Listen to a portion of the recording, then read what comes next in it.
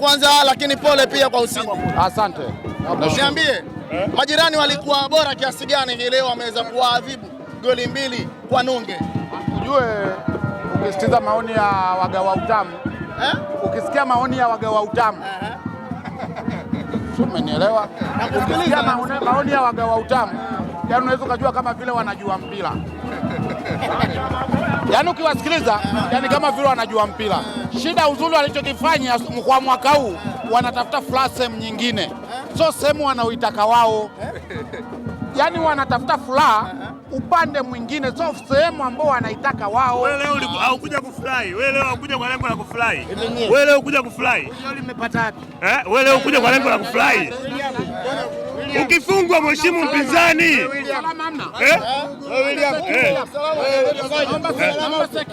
Umeona anachokifanya tu naomba kwanza kapla. Hizi pointi 3 zetu kapu lenu. Pointi 3. Umeona hapa pointi 3 zetu kapu lao. Na sisi tuna pointi 3 zetu. Tuna pointi 3 zetu. Tuna pointi 3 zetu. Ujeuri endelee mpaka kwa vidume kule. Tumeanza kwa mashabiki mpaka kule. Anza kuongea sasa hivi. Naomba haya maongezi yaje mpaka tarehe 1 mwezi wa 3. NBC.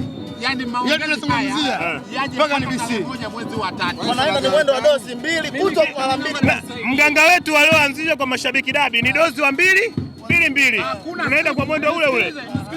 Hakuna siku Tatu Malogo kachezesha mechi Yanga kapata. Tatu Malogo ameushikaje kwenye matokeo ya leo? Wapi ambako amewanyonya? Kama Tatu Malogo aliharibu dabi ya mashabiki.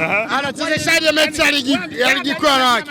Sasa kwa leo Tatu Malogo wapi amewaharibia? Kwenye mechi ya leo wapi? Kwa ukiangalia magoli wote waliofunga Simba ni offside sana. Kweli. Wewe una macho una majipu. Goli zote zilizofungwa ni offside. Alafu mbaya zaidi, yani sisi kwanza angalia mpira hujatoka, lazima na ukibendera kwamba mpira umetoka. Tatizo la Lazimeni au Tatu Malogo? Kwani si ndio wale? Wote kwa waamuzi wote wamewanyonya. Sipipa na mfuniko. Pigo pasi ikipita kwa mtu mmoja imepita kwa watu wote. Bwana ile albadili imeanza kufanya kazi, bado wana deni la milioni 20 ndio linawachanganya.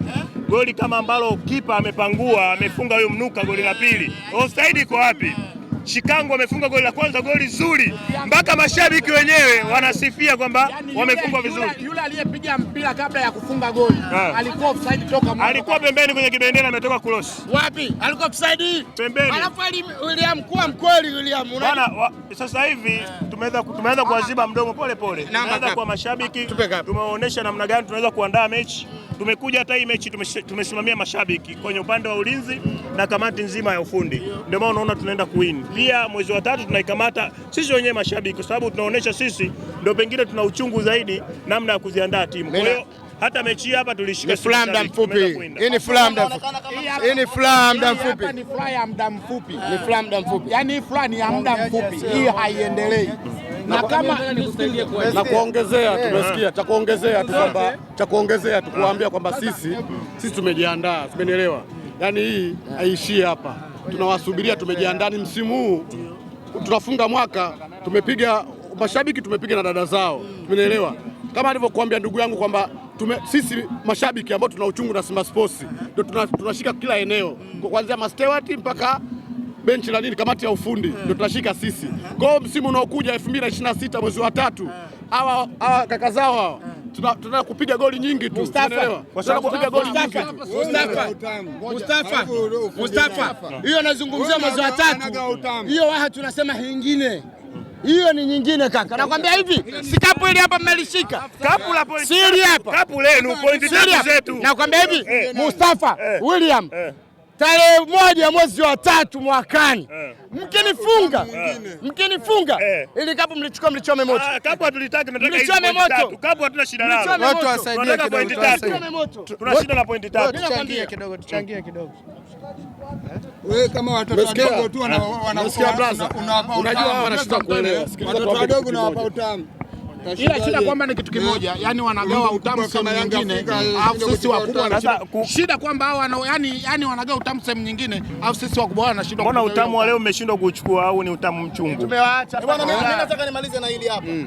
mmefunga mwaka wa aibu kubwa kwa upande wa Yanga. Hapana, hapana, ni aibu. Kwangu mimi siwezi kusema ni aibu. Mimi nimefunga mwaka kwa furaha. Kwa sababu gani? Kwamba sometime nao inabidi waonyeshe kwamba waonekanike wamo kwenye ligi, wasije wakajitoa. Wanaweza wakajisahau wakaondoka kwenye ligi. Acha kuambia tu. Ili waendelee kuongea. Kwa sababu sikiza, tungewafunga na mashabiki tungewafunga leo na maana tarehe moja wasingekuja uwanjani. Leo mmetupa. Acha waendelee kuongea, kujiona kwamba nao wao wamo. Shukrani sana ndugu. Amina.